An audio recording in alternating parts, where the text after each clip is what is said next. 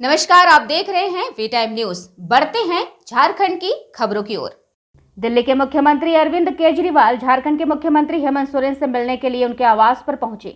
अरविंद केजरीवाल के साथ पंजाब मुख्यमंत्री भगवंत मान और राज्यसभा सांसद संजय सिंह और राघव चड्ढा भी मौजूद रहे। मिली जानकारी के अनुसार केजरीवाल राष्ट्रीय राजधानी दिल्ली में प्रशासनिक सेवाओं पर नियंत्रण को लेकर केंद्र द्वारा लाए गए अध्यादेश के खिलाफ अपनी पार्टी आम आदमी पार्टी की लड़ाई में सोरेन की पार्टी झारखंड मुक्ति मोर्चा का समर्थन हासिल करना चाहते हैं। बता दें कि इससे पहले केजरीवाल पश्चिम बंगाल की मुख्यमंत्री ममता बनर्जी, बिहार के सीएम नीतीश कुमार, राष्ट्रवादी कांग्रेस पार्टी के चीफ शरद पवार और पूर्व सीएम उद्धव ठाकरे सहित कई नेताओं से मिल चुके हैं। आपको बता दें कि हाल ही में सुप्रीम कोर्ट ने कहा था कि दिल्ली के अफसरों की पोस्टिंग और तबादले का अधिकार दिल्ली की केजरीवाल सरकार के पास है। इसके बाद केंद्र सरकार ने अध्यादेश लाकर इसे पलट दिया और दलील दी कि दिल्ली देश की राजधानी है, तो ऐसे में ये बहुत जरूरी है। वहीं अरविंद केजरीवाल को उम्मीद है कि विपक्षी दलों के समर्थन से अध्यादेश राज्यसभा में पास नहीं होगा। केजरीवाल कांग्रेस के समर्थन के लिए पार्टी अध्यक्ष मल्लिकार्जुन खड़गे और राहुल गांधी से मिलने के लिए समय मांग चुके हैं। इस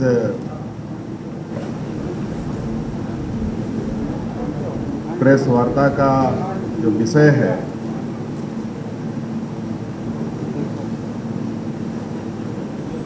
आप सभी पत्रकार मित्र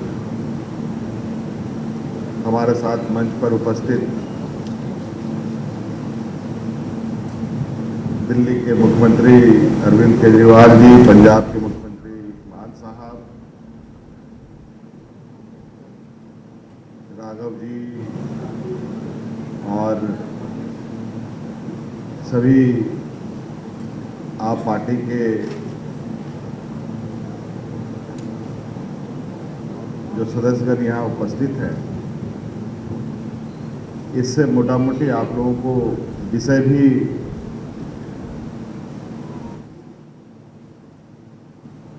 का भी आप लोग आकलन लगा पा रहे हैं कि आज किस विषय को लेकर यहाँ आए हैं। जैसा कि दोनों मुख्यमंत्रियों ने कहा है, कोई पर्सनल या व्यक्तिगत समस्या लेके नहीं आए। ये लोकतंत्र की जो हत्या हो रही है देश में, उसको बचाने की मुहिम है।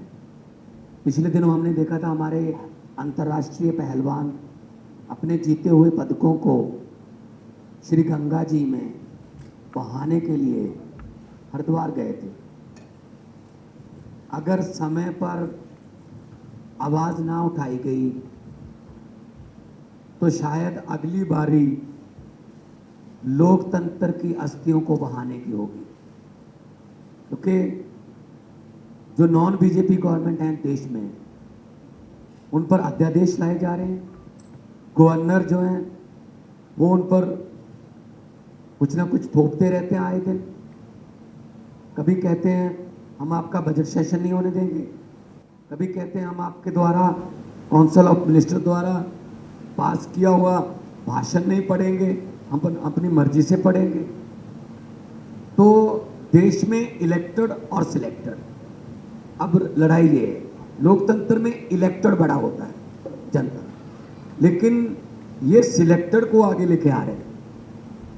बीजेपी का एक ही तरीका है, अगर इलेक्शन में नहीं जीते तो बाई इलेक्शन से जीत जाओ, उनके बंदे तोड़ लो, बाद में बाई इलेक्शन करवा लो और कह दो कि जनता का ये फैसला है।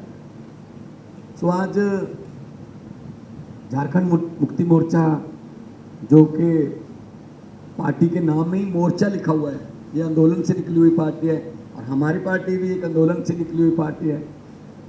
तो हम लोगों को एक और आंदोलन करना पड़ेगा। 140 करोड़ जनता देश की ये उम्मीद करती है कि आने वाले दिनों में अगर देश में लोकतंत्र को बचाना है। आप सब लोग जानते हैं कि हम पूरे किस तरह से दिल्ली के लोगों के साथ अभी पिछले महीने बहुत बड़ा अन्याय हुआ। दिल्ली के लोगों का बहुत बड़ा अपमान किया गया, उनके जनतांत्रिक हक छीन लिए गए। सुप्रीम कोर्ट ने बहुत क्रांतिकारी फैसला दिया। सुप्रीम कोर्ट ने कहा कि दिल्ली के लोग जो सरकार चुनते हैं, उस सरकार को काम करने के लिए सारी शक्तियां प्रदान की जा रही हैं। सुप्रीम कोर्ट ने सारी शक्तियां दिल्ली की सरकार को, दिल्ली एक यूनियन टेरिटरी माना जाता है, इसलिए समय समय पे मोदी सरकार ने हमसे बहुत सारी शक्तियां छीन ली थी। लेकिन 11 मई को सुप्रीम कोर्ट ने आदेश पारित करके वो सारी शक्तियां दिल्ली के लोगों को वापस, दिल्ली की चुनी हुई सरकार को, कि दिल्ली के लोग जिस भी सरकार को चुनेंगे, चाहे इस पार्टी की चाहे उस पार्टी की, उस सरकार को काम करने के पूरे अधिकार होंगे। दुर्भाग्यवश 11 मई को ये ऑर्डर आया और 19 मई को, 8 दिन के अंदर 19 मई को रात को 10 बजे, रात के अंधेरे में मोदी सरकार ने अध्यादेश जारी करके सुप्रीम कोर्ट के आदेश को पलट दिया। मोदी सरकार ने कहा कि नहीं, दिल्ली की सरकार को हम काम नहीं करने देंगे, दिल्ली वाले जो मर्जी सरकार चुने उसको हम काम नहीं करने देंगे, उसके पास काम करने के लिए कोई शक्तियाँ नहीं होंगी। ये तो एक तरह से दिल्ली के लोगों का अपमान है, दिल्ली के लोगों के अधिकार छीन लिए गए और दिल्ली के लोगों को बिल्कुल एक तरह से जनतंत्र के अंदर एक बेदखल कर दिया गया, पूरी की पूरी दिल्ली के 2 करोड़ लोगों को। अब ये जो अध्यादेश जारी किया गया है ये संसद में आएगा, संसद के मॉनसून सेशन में। तो बीजेपी की लोकसभा में तो बहुमत है, लेकिन राज्यसभा में बीजेपी के पास बहुमत नहीं है। उनकी 93 सीट्स हैं 238 में से। तो अगर नॉन बीजेपी सारी पार्टियां इकट्ठी हो जाएं तो इस अध्यादेश को हराया जा सकता है, इसको बिल को हराया जा सकता है। ये बात केवल दिल्ली की नहीं है, ये बात इस देश के जनतंत्र की है, फेडरल प्रिंसिपल्स की है। आज ये दिल्ली के लिए ऐसा अध्यादेश लाए हैं, कल ये ऐसा ही अध्यादेश झारखंड के लिए ला सकते हैं, राजस्थान के लिए ला सकते हैं, पंजाब के लिए ला सकते हैं, हरियाणा